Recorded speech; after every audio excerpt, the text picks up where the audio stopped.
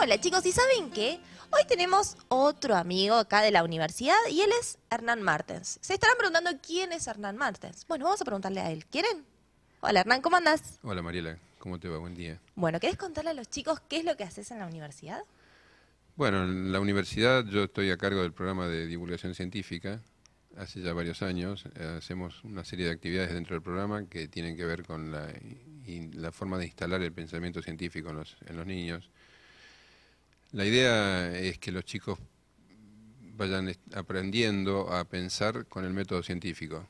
Bien. El método científico significa hacerse preguntas. Ajá. Si yo hago siempre lo mismo, voy a obtener el mismo resultado. Si yo quiero obtener un resultado diferente, esto no lo digo yo, sino que lo dijo Albert Einstein.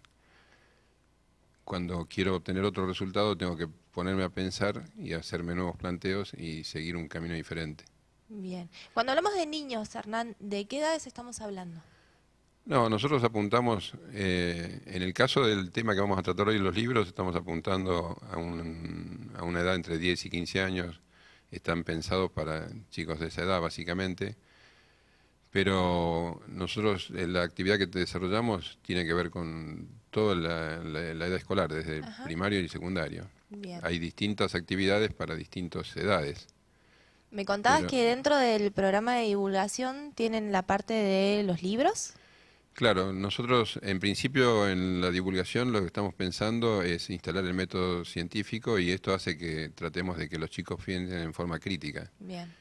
En principio la idea es que empiecen a pensar en forma crítica y después adopten el pensamiento complejo. Ajá. Esto significa trabajar enseñándoles qué es la ciencia a través de distintas herramientas. Nosotros disponemos de varias cosas dentro del programa, como por ejemplo el Parque Astronómico, Ujú. el Centro Interactivo de Ciencia y esta colección de libros que fue creada en el año 2009. El pensamiento científico tiene que ver con, por ejemplo, interpretar lo que nos están diciendo los científicos. La ciencia cambia todos los días, es sumamente amplia y es muy difícil de abarcarla toda. Lo que nosotros apuntamos es a tratar de que los chicos piensen de forma de un científico, pero no a enseñar la ciencia en sí mismo. Lo que pensamos hacer es simplemente que los chicos se hagan preguntas y salgan con cuestionamientos para seguir investigando. Seguro. ¿Y cómo lo están manejando desde la escuela? ¿Asisten a las distintas instituciones? ¿Cómo es la actividad? No, nosotros trabajamos básicamente en forma amplia, no trabajamos Ajá. con una escuela en particular. Solamente nos hemos dedicado el año pasado a trabajar el tema astronomía con talleres en la escuela Mandela de acá de la ciudad de La Punta, que nos ha brindado un gran apoyo y aparte hemos encontrado un ámbito de trabajo muy cómodo, Ujú. pero no tenemos capacidad Claro, porque en realidad es genial lo que humana, están digamos, planteando. para atender a los Claro. colegios en Ujú. forma individual. O Bien. sea, lo que nosotros hacemos es invitar a los colegios que participen de las actividades que hacemos. El año pasado se hizo el Festival de Teatro y participaron más de 40 instituciones Ujú. y más de 5.000 y pico de chicos que vinieron a las funciones del teatro. Pero Sobre eso todo porque creo que es significa, una propuesta sumamente atractiva. Si no teniendo gente en todas las instituciones lograron el alcance que lograron, creo que estaría buenísimo poder quizá ramificarlo o hacerlo más masivo, ¿no? sí, la intención es llevarlo a todos los chicos de San Luis, Ujú. pero a través de herramientas como el caso este de la televisión que nos permite llegar a todos, o el caso de los libros que los tenemos en una página web que pueden ser Claro. consultados y leídos en la página web directamente sin necesidad de que tengan el papel. Ujú. Más allá de que hemos impreso algunos ejemplares de algunos títulos para tener como muestra, digamos así, pero no tenemos un soporte de papel, que me gustaría tenerlo, digamos, pero todavía no lo hemos podido hacer. De cualquier manera, como digo, están en la página que se llama nuestrocientíficos.ulp.edu.ar y ahí se pueden leer todos los libros. Bien atentos, chicos, estuvieron. A ver, nos va a repetir la página, así ustedes pueden acceder a estos libros de los que está hablando Hernán. www.nuestrocientíficos, todo corrido, y después viene el otro punto, ulp.edu.ar. Bien. Bueno, de todos modos se los vamos a escribir en el Face, así ellos también pueden acceder a la página. Y bueno, y contanos un poquito de los libros. ¿Cómo fue la selección? ¿Quiénes escribieron los Bueno, libros? básicamente esta colección nació, digamos, por una iniciativa mía que de alguna manera junté 2 o 3 motivaciones que me llevaron a pensar en que esto podía ser una herramienta interesante. Por un lado, en su momento, cuando hace tiempo yo era más chico, había unas revistas que se llamaban Vidas Ilustres y Vidas Ejemplares, que traían la vida de científicos, investigadores, las vidas ilustres y las vidas ejemplares de santos y personas que habían tenido alguna trascendencia desde el punto de vista espiritual. Ajá. Y eran unas revistas tipo cómics, que hoy día no tengo conocimiento que se estén editando, pero era básicamente de tipo cómics. Y en un congreso que estuvimos de divulgación científica que organizó la Red Pop en Montevideo, aparecieron unos libros parecidos a los que estamos nosotros presentando, pero resulta que hablaba del señor Jorge Chagas. Y Jorge Chagas es un investigador brasilero que descubrió el virus, la que produce el mal de Chagas, pero no fue tenido en cuenta su investigación, hasta que el doctor Salvador Massa, en Argentina, hizo todo un relevamiento por toda la República, donde relevó miles de casos y permitió su investigación y su trabajo de recopilación de datos hacer que el soporte técnico, digamos Claro. así, de la investigación del descubrimiento de Chagas. La cuestión es que los brasileños presentaban a Chagas y ni mencionaban a Salvador Massa, cosa que me molestó bastante porque, bueno, uno tiene su corazoncito en Seguro. Argentina. Entonces, esto fue una de las cosas que se sumaron y me llevaron a pensar en esto.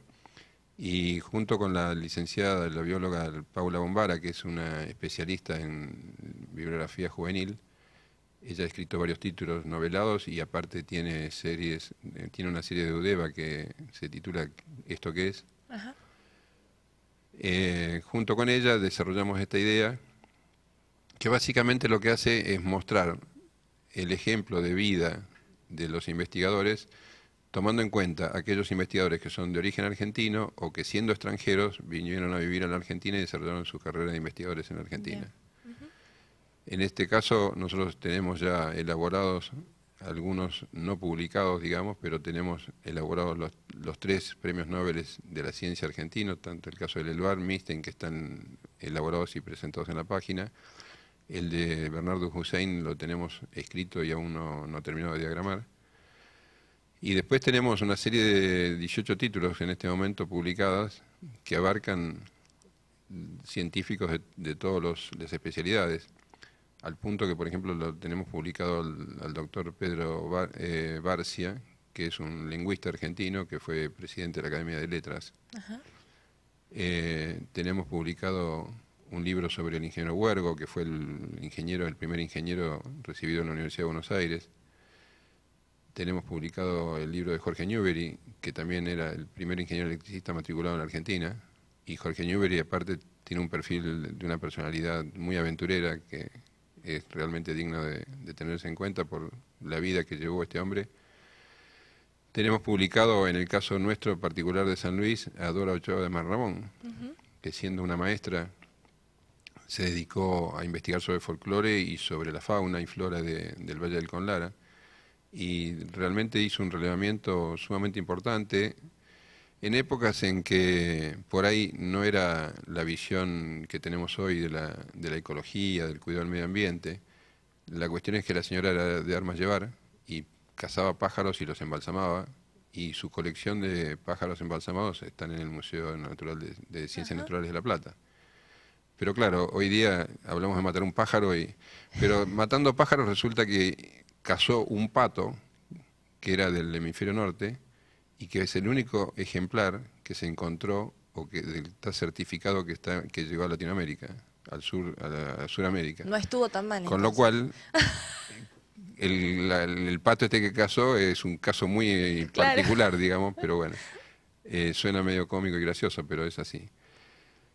La cuestión es que buscando los caminos de la investigación, distintas especialidades, distintas materias, pero lo que hacemos es tratar de mostrar a los investigadores, a los científicos, desde el punto de vista humano, como que describimos su biografía desde el nacimiento, tratamos de mostrarlo como una persona que ha tenido su familia, que tiene su familia. Bueno, Es decir, nosotros siempre desde el programa lo que buscamos, nosotros nos asociamos a la lectura siempre, pero bueno, es esto, ¿no? De que quizá todos podemos llegar a ser lo que soñamos con ser, desde escribir, desde ilustrar, desde ser científicos, desde... Creo que eso es lo bueno, ¿no? Demostrarles que quizá quienes hoy son muy reconocidos a nivel mundial, en algún momento fueron chiquititos y tuvieron una historia igual a los chicos que hoy están ahí del otro lado escuchándonos. claro, por ejemplo, el caso de Florentino Meguino, que siendo ya un chico de 10, 11 años, salía con su hermano a las costas del río Luján. Él nació en Luján, en provincia de Buenos Aires, y recogía fósiles y cosas que encontraba que le podían interesar, y así fue como siendo un autodidacta se destacó a nivel internacional, a nivel mundial. Y bueno, así buscando cosas para estos libros, encontramos datos curiosos y hasta por ahí molestos, porque por ejemplo, una de las fuentes que nosotros tenemos para buscar imágenes es el Archivo Histórico de la Nación. Y en el caso de César Milstein, que es un premio Nobel, que ha sido un hombre de trayectoria internacional, cuando fuimos a la biblioteca, Al archivo. al Archivo Histórico Nacional, resulta que no figuraba ni la ficha, no había ni una ficha de Milstein. Entonces le pregunté a la gente que trabaja ahí y me dijeron, no, lo que pasa es que es muy nuevo. Y no tenían... Con Massa nos pasó una cosa similar. A Salvador Massa, que fue un investigador, como dije al principio, que trabajó y dio pie a la consistencia al trabajo de Chagas. Bueno, resulta que Massa es como que se lo escondió. Massa tuvo en su momento un diseño propio de un vagón sanitario, con el cual recorrió todo el país, inclusive llegó a Chile. Acoplando el vagón, después lo paraba y recogía Ajá. muestras de sangre, etcétera, tenía todo un equipamiento especial. Ese vagón no está conservado en la Argentina, se ha perdido el rastro. El último rastro que pudimos conseguir fue que se habría rematado en el año 50 y pico, en el 53 aproximadamente, y no se sabe quién lo tiene, si es que alguien lo tiene y lo conserva. A veces el tema de la memoria en la Argentina es bastante falluto, Sí. digamos. Nos olvidamos de las cosas que por ahí tienen mucho valor. Ujú. En el caso de Massa pasó otro tanto en el archivo. Fuimos a buscar el sobre que figuraba, este sí figuraba una ficha, figuraban 8 o 9 imágenes de Massa y de su señora, y cuando fui a pedir el sobre para que me lo dieran, resulta que el sobre estaba vacío. A Massa es como que lo escondimos en el armario del fondo. Él tuvo grandes iniciativas, o por lo menos muy ingeniosas.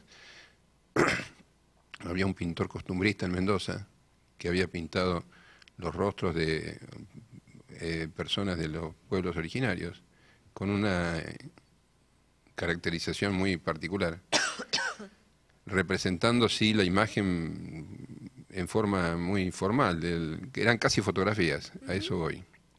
Y entonces resulta que Massa lo conoce por intermedio de otro médico amigo, y entonces le pidió que hiciera la pintura de los casos de Chagas que tenían aspecto particularizado acerca de algunas hinchazones, edemas o cosas que produce la enfermedad. Este hombre hizo alrededor de 50 imágenes y las únicas que se conservan son dos que las rescató un hijo de un archivo de un hospital. Son cosas que realmente sorprenden que hagamos esto con la historia y con la memoria de nuestras cosas, pero la cuestión es que estamos haciendo una colección que hoy día tiene 18 títulos. Básicamente, tanto el texto como las ilustraciones están pensadas y diagramados de manera de que sean de fácil lectura, que las imágenes acompañan, digamos, Está esta bueno. idea, digamos, Ujú. no llega a ser un cómics, por supuesto, pero son libros breves, son libros de 24 o 28 páginas interiores.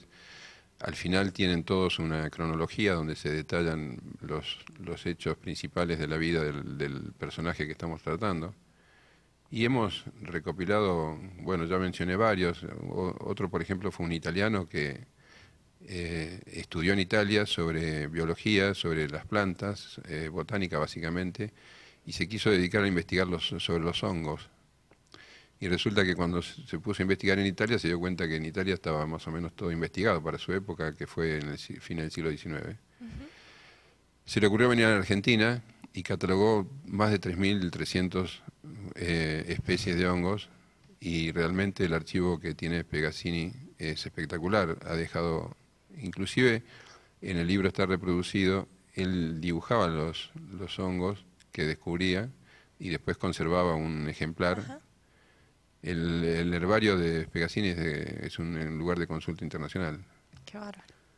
Y bueno, así es como tenemos el caso de la doctora Lustig, de sacerdote de Lustig, que es una italiana emigrada de Italia por la época de la guerra, que se dedicó a la investigación del cáncer y trabajó mucho en el Instituto Raffo. Bueno, no sé si tenés alguna otra pregunta. No, creo que, bueno, en realidad está muy bueno la idea de por qué surge toda esta colección y creo que ha sido sumamente interesante meterse en cada una de las historias de cada uno de los libros, ¿no? De qué llegaron a conocer que quizá uno desconoce normalmente. Claro, por ejemplo, el caso de Pegazzini que mencionaba recién tiene cosas que son aventureras, porque en esa época los investigadores a veces hacían cosas que, así como Darwin se embarcó y dio toda la vuelta al mundo recogiendo ejemplares y demás, Pegazzini, uno de los viajes que hizo al sur, a Santa Cruz, tuvo un naufragio y se salvó medio, como quien dice, de milagro. Bueno, este hecho del naufragio está relatado en el libro, porque eran vidas que eran parecidas a epopeyas, ¿no? Claro. Así que bueno, Bueno, sumamente interesante y creo que nos podíamos pasar horas hablando de esto. Pero bueno, aparte de la colección de libros también, ¿qué otra cosa tiene más? ¿Qué más tiene divulgación científica? bueno, ¿Qué la abarca divulgación divulgación, como te científica? decía, tratamos de llevar la idea de la ciencia a los niños, y llevar la ciencia significa una cosa compleja, porque como decíamos hace un rato, la ciencia es muy amplia y hoy día la genética nos enseña, por ejemplo, que el ser humano tiene una coincidencia genética del 98% con los chimpancés, lo cual implica que nos parecemos bastante, pero también tiene un 50% de la genética de la banana. Ajá. O sea, la banana coincide genéticamente en un 50%, lo cual no significa que seamos muy bananas. Había una época una expresión que... Pero el hecho concreto es que el ser humano es distinto porque no solamente tiene una constitución genética, sino que tiene un medio, una familia, costumbres y una cultura que es lo que lo hace diferente, digamos, y lo hace mucho más importante, digamos así, como una especie de que se destaca dentro de... Pero por un lado nos destacamos por todo esto y por otro lado somos muy pequeños en la evolución del universo. El calendario de Carl Sagan dice que el hombre, si tomamos la evolución del universo desde el Big Bang hasta nuestros días, como si fuera un año de tiempo, tomando el Big Bang a las 0 horas del 1 de enero, resulta que el hombre aparece alrededor de las 11:20 del 31 de diciembre. Ajá. O sea que solamente en un año el hombre aparece prácticamente unos 40 minutos, Claro. digamos, cuando el año tiene unos cuantos minutos más. Entonces, por un lado somos la especie que se destaca, por otro lado somos muy pequeñitos en la evolución del universo. Seguro. Las otras actividades que desarrollamos en el programa de divulgación, una de las cosas más importantes tienen que ver con el Parque Astronómico de La Punta. Y que es un referente provincial importante. Sí, realmente estamos teniendo una respuesta bastante interesante. Este año hemos tenido también una cantidad muy importante de turistas durante el verano. El parque astronómico tiene varias partes, digamos, de interés.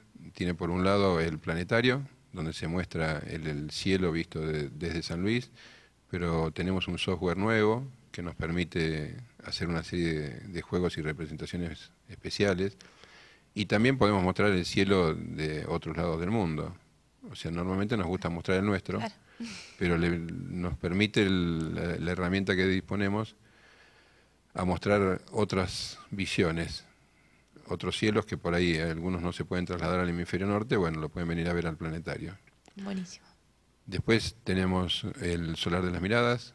El Solar de las Miradas es un espacio como una plaza, un espacio abierto.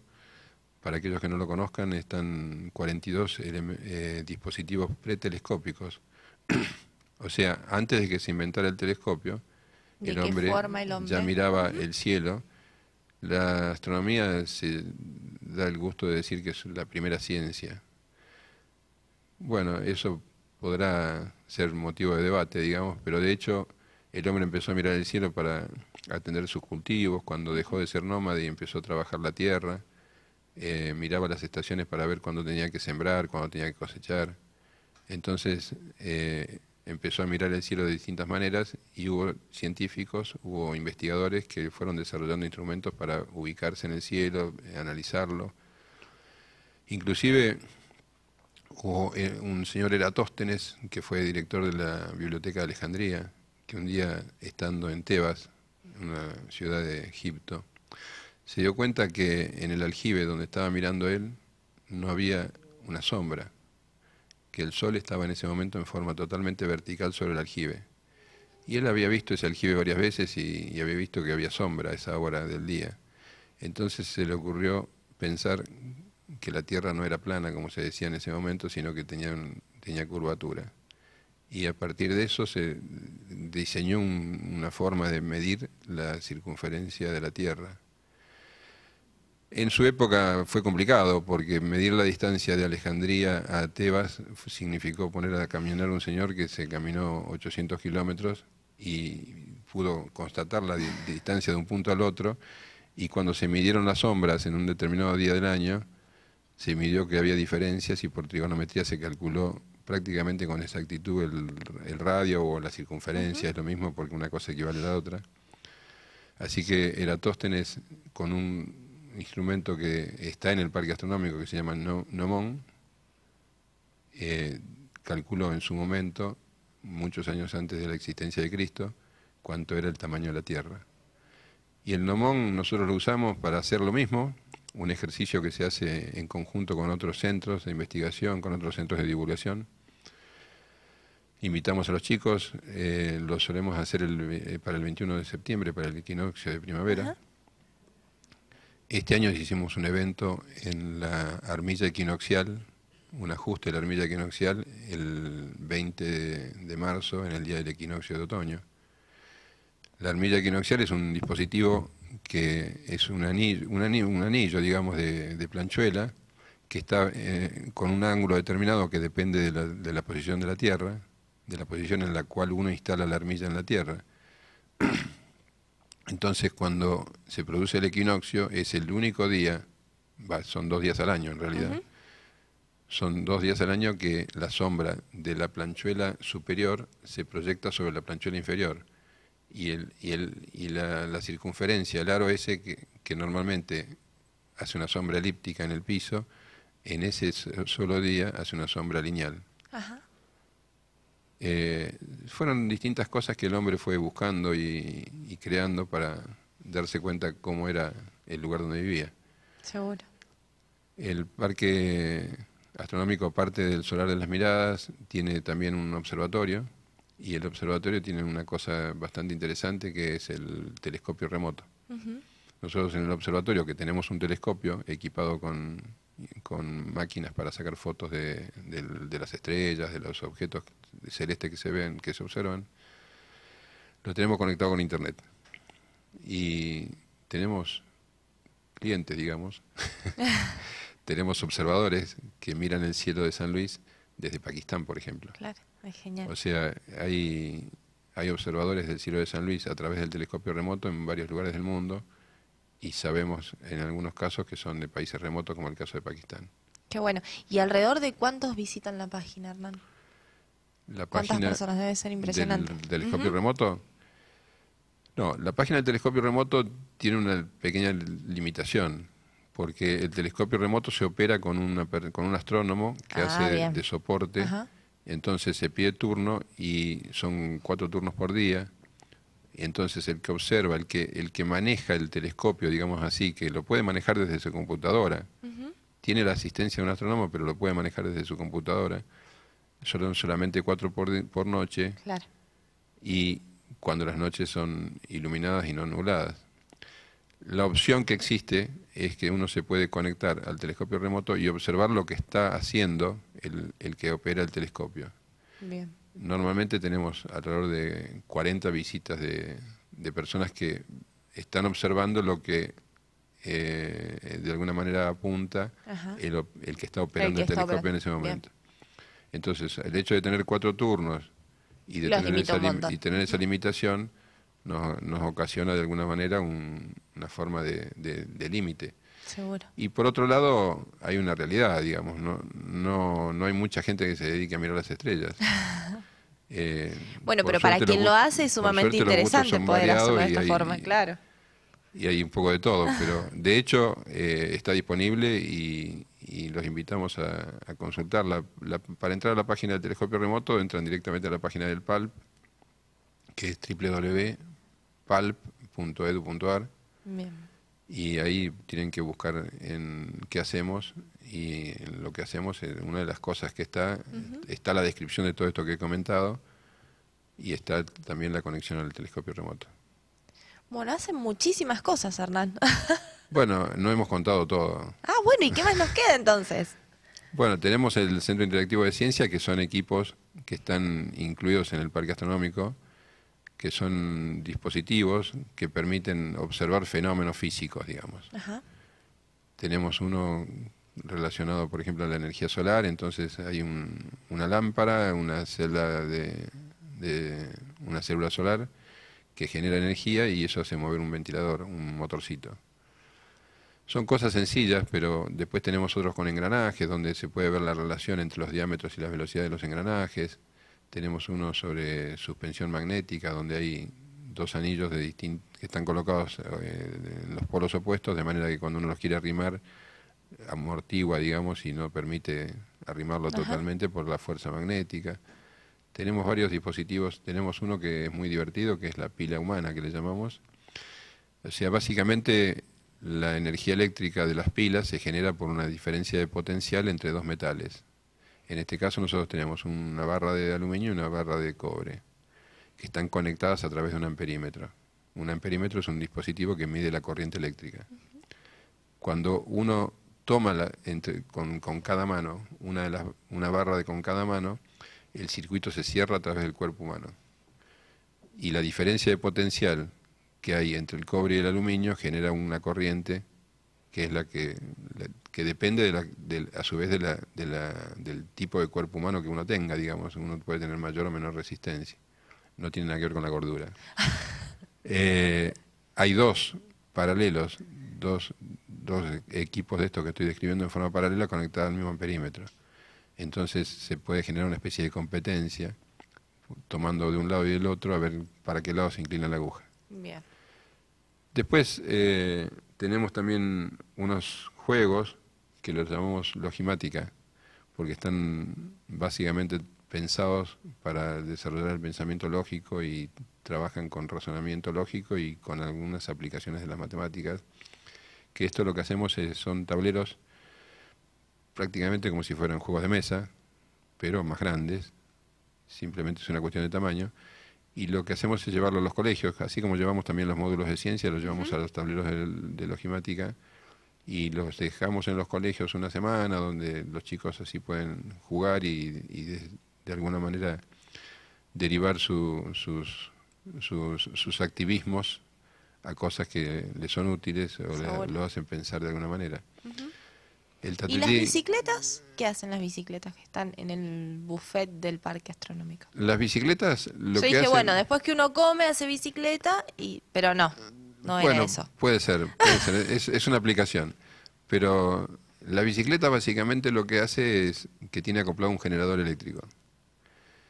Esto permite hacer varias cosas. O sea, básicamente el juego consiste en pedalear y prender una Ajá. lamparita y prender distintas cosas que tienen distinta potencia. En la medida que se pedalea, son 3 bicicletas en paralelo una con otra.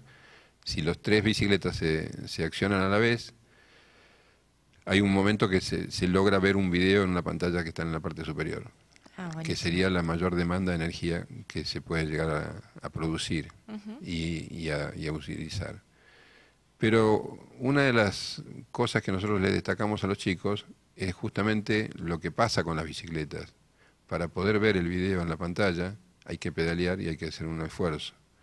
La energía que nosotros consumimos parte de que alguien está haciendo un esfuerzo para producirla. seguro. El esfuerzo surge de la fuerza del aprovechamiento químico del petróleo, surge de la energía atómica, surge del viento o del sol, pero digamos, siempre hay algo que genera la energía que estamos Ujú, consumiendo y por eso la energía hay que cuidarla. seguro. Bueno, es sumamente interesante y creo que podríamos pasarnos horas hablando, Hernán. Bueno, Pero sobre todo creo que está bueno el fundamento de por qué trabajan lo que trabajan, que yo particularmente lo desconocía, que era así la parte de divulgación científica. Me parece genial que puedan trabajar sobre el pensamiento crítico de los chicos. Y eh, por otro lado, también creo que todo lo que es el parque astronómico y demás, por un lado nos enseña con un juego o con algo que está al alcance de los chicos, y por el otro es lo que vos decías, nos concientiza de, bueno, en realidad es un juego, pero detrás de esto tenemos que cuidar nuestras fuentes energéticas que quizá no son inagotables, ¿no? sí, sí, de hecho la Argentina tiene una matriz energética bastante compleja, digamos, más que compleja, comprometida, porque Ujú, el 50% de la energía que se consume en la Argentina es de origen del gas. Y una matriz de esa naturaleza tiene un riesgo muy alto porque las reservas de gas han venido cayendo en los últimos 10 años y eso significa que por eso en invierno a veces hay fábricas o lugares que tienen que dejar de consumir claro. el gas y para la fábrica, Ujú, digamos. Eh, lo otro que tenemos en el parque astronómico tiene que ver con talleres, que eso le invitamos a los colegios a que vean la página web. Hay una guía para los docentes que les permite preparar la venida al parque y entonces solicitar el taller y ya explicarle a los chicos cuáles son las cosas que van a ver en el taller de manera que los chicos lo aprovechen seguro. más. Ujú, Y estamos proyectando algo por el lado de la biología.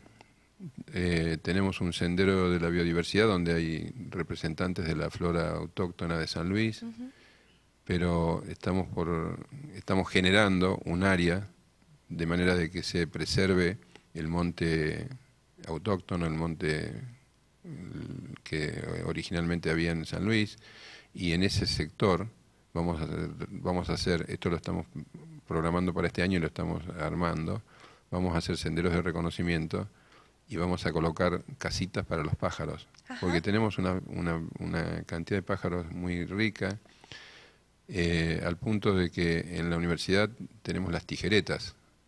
Las tijeretas, que es ese pajarito que tiene la dos cola. plumas en Ajá, la cola, o no sé si son dos plumas, pero las separa en dos, es un indicador del medio ambiente. O ajá, sea, donde hay tijeretas es un lugar de bajísima contaminación. O sea, o dicho al revés, las tijeretas claro. desaparecen cuando hay mucha Ajá, contaminación. Entonces, aprovechamos que en la universidad tenemos teros, tenemos lechuzas, tenemos urracas, tenemos una diversidad muy grande ujú, de pájaros y vamos a hacerle un lugar especial para que los pájaros tengan sus casitas, lo vamos a traer dándole algo de comida y agua, que son básicamente las cosas que buscan las claro. aves, el agua, Ujú, y vamos a generar un espacio para observación de flora y de fauna, en este caso de pájaros, ¿no? bien. Bueno, sumamente interesante. Seguimos pensando en la forma de hacer una ciencia divertida, porque nosotros lo que trabajamos es no la educación formal, sino la educación informal. Nosotros no hacemos una cosa que tenga que ver con meterle la ciencia a los chicos por la cabeza, que en definitiva de alguna manera Ujú, lo que tiene que la intentar el educación colegio, formal. digamos. La Ujú, educación formal tiene que mostrar fórmulas y cosas que por ahí son difíciles de interpretar. Nosotros lo que tratamos es de llegar jugando a que los chicos, como decíamos al principio, tengan un pensamiento crítico y un pensamiento complejo, pero no es porque estemos pensando en hacer muchos cientifiquitos. no, La seguro. intención es básicamente tener buenos ciudadanos.